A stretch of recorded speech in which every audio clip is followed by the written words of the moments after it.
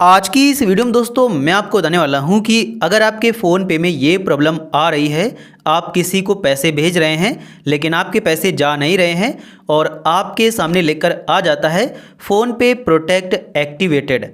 तो अगर दोस्तों आपके फ़ोन पे में ये प्रॉब्लम आ रही है तो आप इस प्रॉब्लम को कैसे सॉल्व करोगे, आज की इस वीडियो में मैं आपको यही बताने वाला हूँ। लेकिन उसके पहले आपको पहले ये जानना होगा कि आखिर फ़ोन पे में ये प्रॉब्लम आती क्यों है, इसका मतलब क्या है।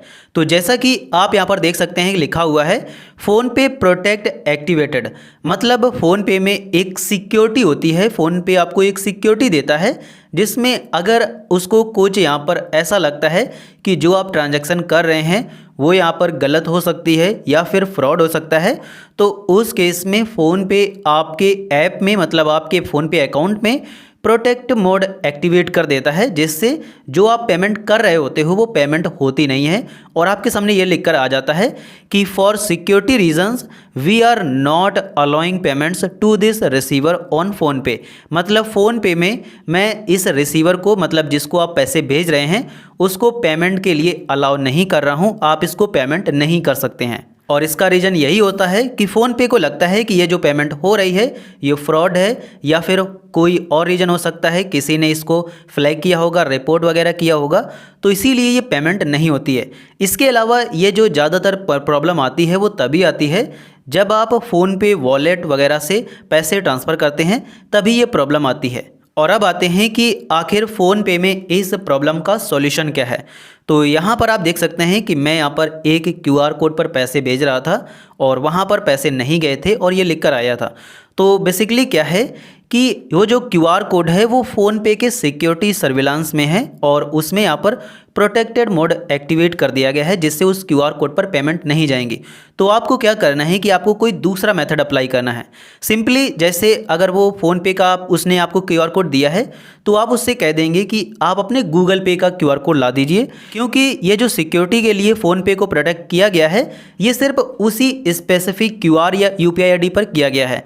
अगर आप दूसरे QR या UPI ID पर पैसे भेजेंगे तो वहाँ पर ये प्रॉब्लम नहीं आएगी। ये प्रॉब्लम आपकी तरफ से नहीं है, ये प्रॉब्लम जिसको आप पैसे भेज रहे हैं उसके QR पर हो सकता है या उसके मोबाइल नंबर या उसके यहाँ पर UPI ID पर प्रॉब्लम है, जिसके चलते उसमें पैसे नहीं जा रहे हैं। अगर वो अपनी किसी दूसरी बैंक का QR कोड या फिर UPI ID आपको दे देगा तो उसमें जब आप पैसे भेजोगे तो उसमें आपके पैसे चले जाएंगे। और इसीलिए आपको यही करना है, आपको उसकी दूसरी बैंक का QR कोड वगैरह मांगना है। अगर वो गूगल पे चलाता है तो गूगल पे का मांग लेंगे, पेटीएम का चलाता है तो पेटीएम का मांग लेंगे, और फिर जब आप उसमें पेमेंट करोगे तब आपके सामने ये प्रॉब्लम नहीं आएगी।